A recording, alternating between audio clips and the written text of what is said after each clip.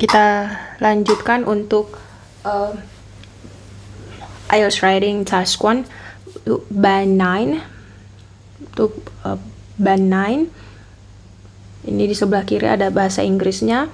The graphic shows global rates of illiteracy for last year broken down by both gender and area. Dari kalimat parafrase, the graphic shows global. Sini dipakai global, sedangkan di soal pakai world.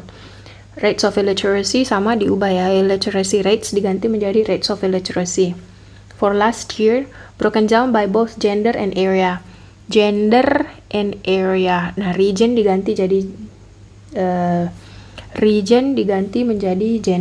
area. It is evident, itu jelas, that there are great discrepancies in literacy rates according to both geographic location and sex. Nah, ini mengganti vocabnya geographic location and sex. Geographic location di soal disebut region. Jadi region boleh diganti menjadi area, geographic location supaya terdengar lebih akademik. Gender bisa juga dikatakan seksnya. What is most striking when looking at the data? What is most striking di situ artinya hal yang paling mencolok. Jadi vocab striking berarti mencolok. When looking at the data is the fact that the burden of illiteracy is disproportionately borne by women. Kenyataan bahwa beban buta huruf, burden, beban, ini lebih poetic. Pemilihan katanya yang super. Beban buta huruf, burden of illiteracy is disproportionately. Sebagian besar ditanggung oleh perempuan. Borne by women, ditanggung. Borne artinya ditanggung. Wherever they hail from. Dari manapun mereka berasal. Nah, wherever they hail from, ya, maksudnya dari setiap negara, dari asal manapun, perempuan tetap literasinya lebih tinggi dibanding lelaki. Oke, lanjut.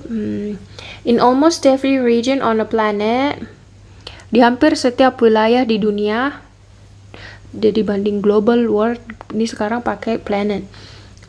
The number of women who cannot read is significantly higher than the number of illiterate men.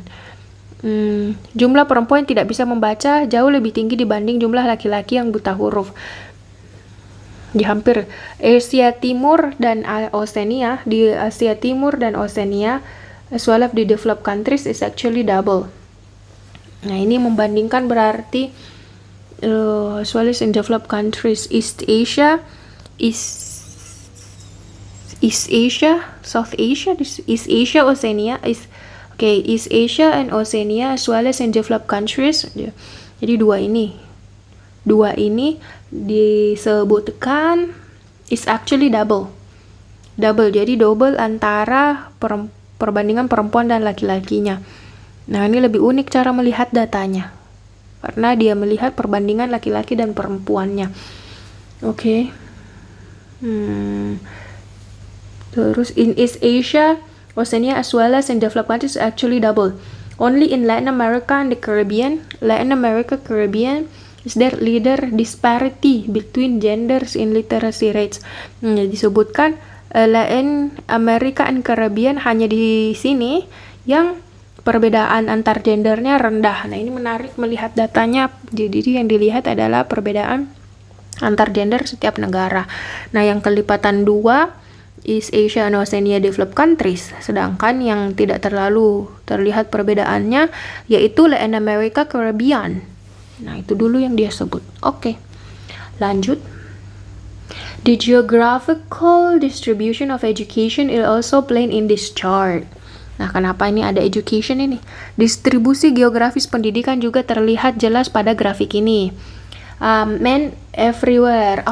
Because distribution of education, penyebaran pendidikan, distribusi geografis pendidikan, bukan?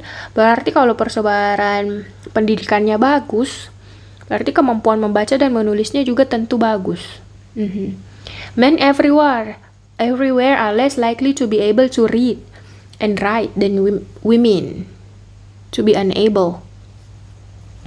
Laki-laki dimanapun cenderung less likely to be able, cenderung tidak bisa membaca menulis dibandingkan perempuan. Namun di beberapa bagian dunia, laki-laki katanya cenderung tidak bisa membaca dibandingkan perempuan. Namun di beberapa bagian dunia, sebagian besar penduduknya buta huruf. Terutama 3 negara ini, Sub-Saharan Africa, Arab States, South Asia. Itu buta huruf. Illiterate berarti digantikan di sini buta huruf. Extremely significant segment of the whole population. This is most much in South Asia. This is South Asia yang jadi perhatian. Sepertiga. Ini paling nyata terjadi di Asia Selatan. Paling nyata di Asia Selatan. This is most much. The Arab states and Sub-Saharan where approximately half of all women do not possess literacy. Negara-negara Arab dan Sub-Saharan Africa, Arab, Sub-Saharan Africa, half of women do not possess literacy. Perempuannya dulu disebut. Nah, setengah perempuannya tidak bisa membaca. Like they share with third of all men. Nah, ketidakmampuan membacanya sepertiga dari lelaki. In East Asia,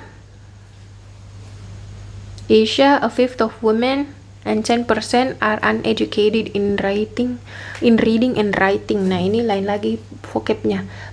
Pakai in reading and writing.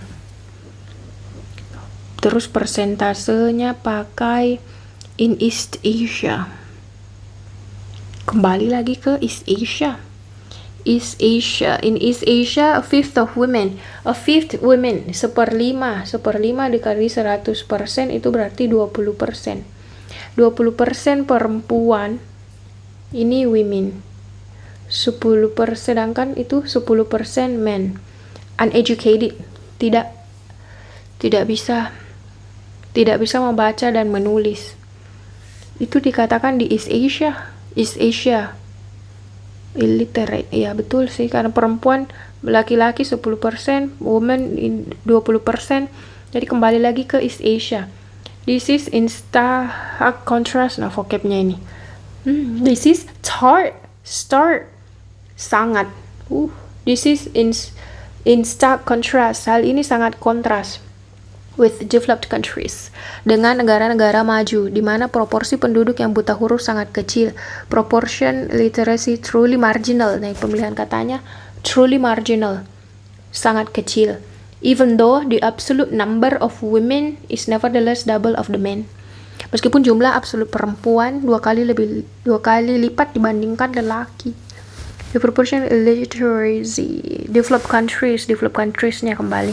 Overall, we can see that there are great differences educational provision.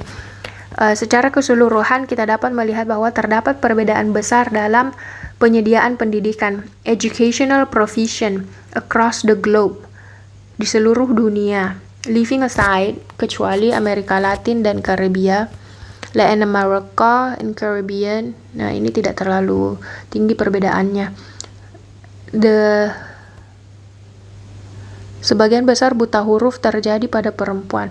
The lion's share of illiteracy given to women. Women yang paling tinggi illiterasinya. Oke.